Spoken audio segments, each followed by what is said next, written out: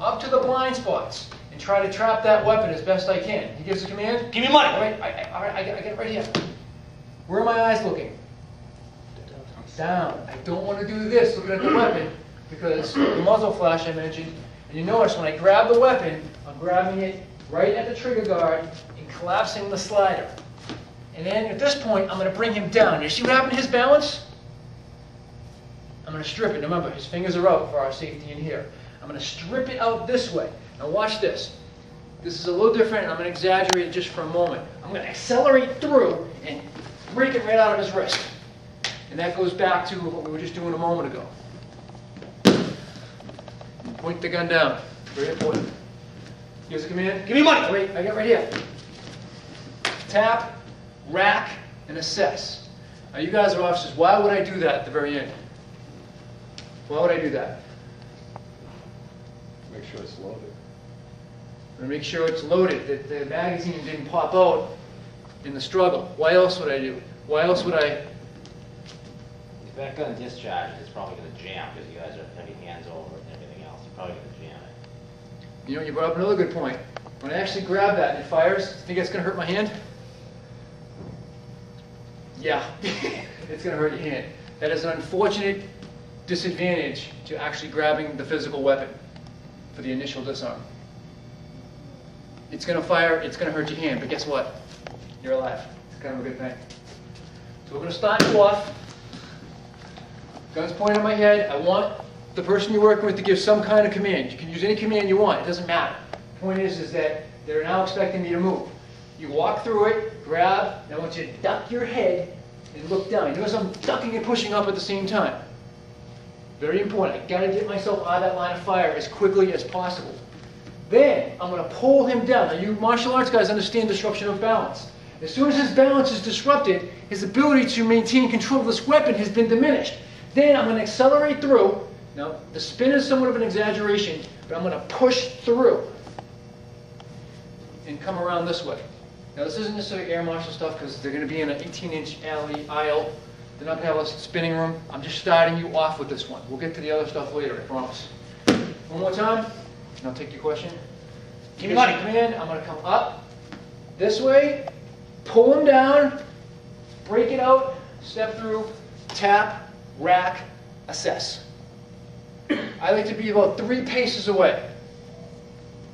It gives you time to really assess the situation. All right, question. About what happens when you change the height. And this is something I was planning on addressing anyways. It could be to lower zone or higher zone. We'll work with a higher zone. From what I understand, that's a little more common. Now, the way I get the initial defense is going to change from what we just did a moment ago. Because I don't want to do this now, do I? Because I have quite a ways to go for that firearm to discharge. Now, if you think about where my body is set up, if I'm low, where are my fingers pointing?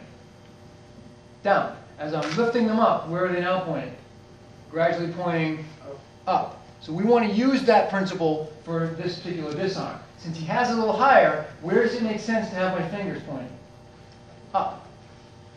In this case, I'm actually going to go this way, come up underneath, grab the firearm, and then strip it out and over. I'm going to move back this time, tap, rack, and assess. Now this is something right out of the air marshal book. Because you get an 18-inch aisle to play with, which is just it's a little wider than this mat, a little less than this mat. So I don't have a lot of time to play. He gives the command, same thing. Give me money. Now this is a little trick I want everybody to learn. You notice what I did with my feet? We're going to call it a cheat set. And what that cheat set does, it sets me up so that I can actually get out of the line of fire that much faster. So he gives that command. Give me money. Okay. This way. Fingers are up. I'm going to get the firearm. I'm going to grab it right by the trigger guard, similar to what I did here, but now I'm coming from the other side, what we call the outside. I'm going to bring it over, and I'm going to strip it. Now, if you ever punched anything, right? If you ever punched anything, you're going to punch it right through. I'm going to careful with his wrist. Thumbs up, fingers up. I'm going to go right through this way. Slide back, tap, rack, assess. I know we're all taught to keep the finger out that way. That's fine at the end when you do the assessment. All right, any questions on that one? You'll notice that there's a couple of different concepts in there. Have I hurt this person really? Even the finger in the trigger isn't going to do much in this case because it's going out this way. So I have not hurt this person. What they do at this point? You think they might charge at me, or it depends on the scenario. I just want you to have it in your mind that I have not hurt them. At least with the first one, we've damaged the finger. You can slow them down a little. You guys doing well enough. Here's the command. Give me money! Right.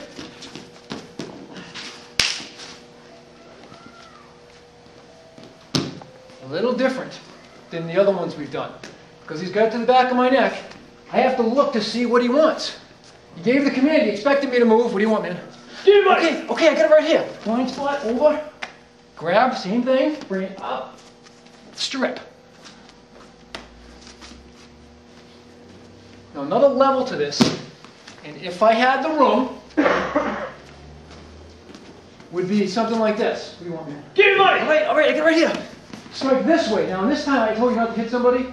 In this case, I hit him. What did I say what your hands do when they receive pain? What do their hands do? Hands and head follows pain. Is that going to help me? You bet. A little more advanced. Now you're talking about wrist locks and that type of stuff. For a 2-hour seminar, it's going to be tough to kind of get that across. But for our purposes today, this one I think is more than suitable. What do you want, man? Give me money! Okay. Any questions? Scary, isn't it?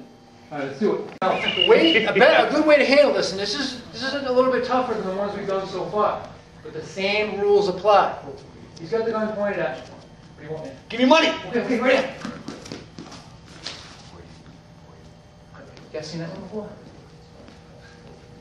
It's just like the one we first did, except I had to apply it from a different position. There's a couple of dangers. You're not going to hit that hand, because all he's going to do is pull it back and you're dead. I'm going to actually roll right on it. I'm going to greatly depend on my ability to fool him so I can get that extra split second. So he gives me a command. Give me money! All right, I got it right here. Give me money! See my step? You see how I'm trying to talk him out? All of a sudden, I roll. I don't touch. So even if he does pull back, look where I am. I can go over this time. We did that one already. Or if I have the opportunity, do my Hail Mary. And slip it from underneath. Very tough. But the toughest one we're going to do today. No. So he puts this here. He gives a command. Give me money! I roll. I did not move it. As soon as I move it, he pulls it out. I'm going to have a big problem. So instead, I literally roll right on it. And if I can, turn it over or come underneath it. This is where it's going to matter if you're a taller person, shorter person, height of the actual weapon. It's just going to depend where it is. In this case, I felt pretty good to go right this way. Or I can get behind him. It doesn't matter. As long as I get those positions and I can get that weapon away. Let's try that one. Take it slow, guys. That's how you develop skill. Take it slow. Gentlemen, it's the same rules. In this case, I want to use some blind spots. Now, he may or may not be able to feel me. Remember, we're both adrenalized here. He's got the gun on my head. I got my fingers crawling up my chest here, up over the shoulder. Now, see how I point to him?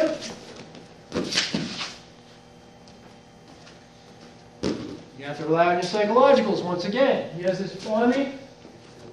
Give me money! I said give me your money! All right, I get it right Give me here. your money! Don't kill him!